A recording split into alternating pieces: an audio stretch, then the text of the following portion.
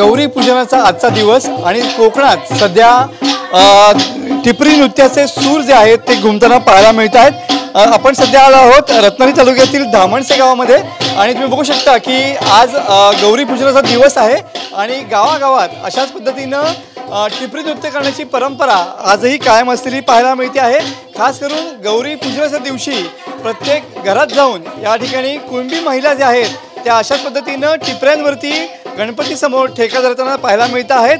खऱ्या अर्थानं गौरी पूजनाचा दिवस हा माहेरवाशिणीचा दिवस आणि त्याचमुळं सध्या कोकणात अशाच पद्धतीनं या माहेरवाशिणी गौरीची आराधना करताना पाहायला मिळत आहेत। रत्नागिरी तालुक्यातील धामणसे गावातली हा टिपरी नृत्याची ही परंपरा आजही कायम असलेली पाहायला मिळते आहे। घरोघरी जाऊन अशाच पद्धतीनं कुणबी महिला आहेत त्या गणपती समोर ठेका धरत असतात। कोकणातली ही गौरी जागवण्याची परंपरा आजही कित्येक खेड्यामध्ये या ठिकाणी कायम असलेली पाहायला मिळते। प्रत्येक घरामध्ये अशा पद्धतीनं एकदा तरी गणपतीला हा टिपऱ्यांचा नाच या ठिकाणी केला जातो। विशिष्ट वेशभूषा असते आणि सुहासिनी नटून या टिपरी नृत्यामध्ये सहभागी होतात।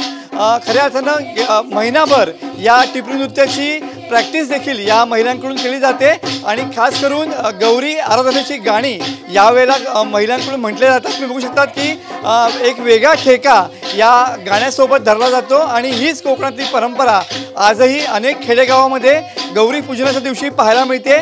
गौरी आगमनापासून ते गौरी विसर्जनापर्यंत अशाच पद्धतीनं या महिला ज्या आहेत ते प्रत्येक घरात जाऊन या टिपरी नृत्याचा ठेका धरत असतात। एक विलक्षण आणि एक वेगळा आणि तेवढाच आनंददायी अनुभव या माहेरवाशिणीसाठी असतो। त्यामुळे प्रत्येक खेड्यामध्ये ही टिपरी नृत्याची परंपरा आजही जोपासली गेलेली पाहायला मिळते।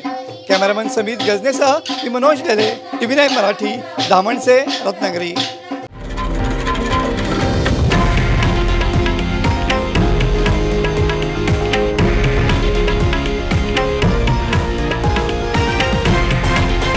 हे आहे देशातील नंबर 1 न्यूज नेटवर्क आणि आपण पाहत आहात TV9 मराठी, एकमेव।